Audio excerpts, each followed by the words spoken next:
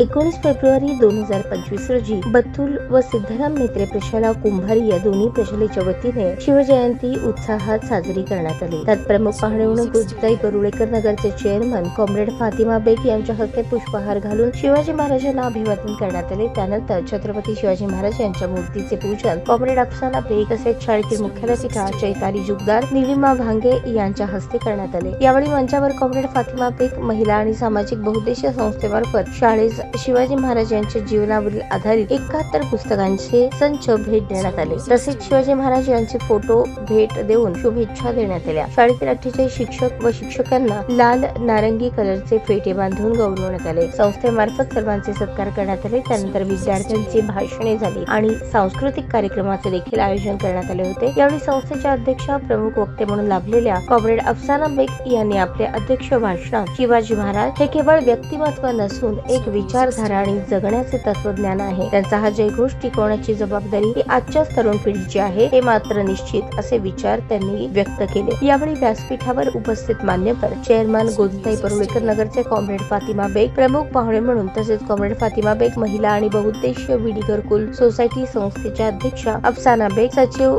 शमीम बेग, शाळेतील मुख्याध्यापक चैताली जुगदार, निलिमा भांगे तसेच तागभाते संस्थेच्या सदस्य लता कांबळे उपस्थित होते। कार्यक्रमाची प्रस्तावना सूत्रसंचालन अंजली पवार मॅडम यांनी केले। आभार प्रदर्शन जमादार जग यांनी केले। शेवटी जय भवानी जय शिवाजी या गगनभेदी जयघोषात कार्यक्रमाची सांगता करण्यात आली।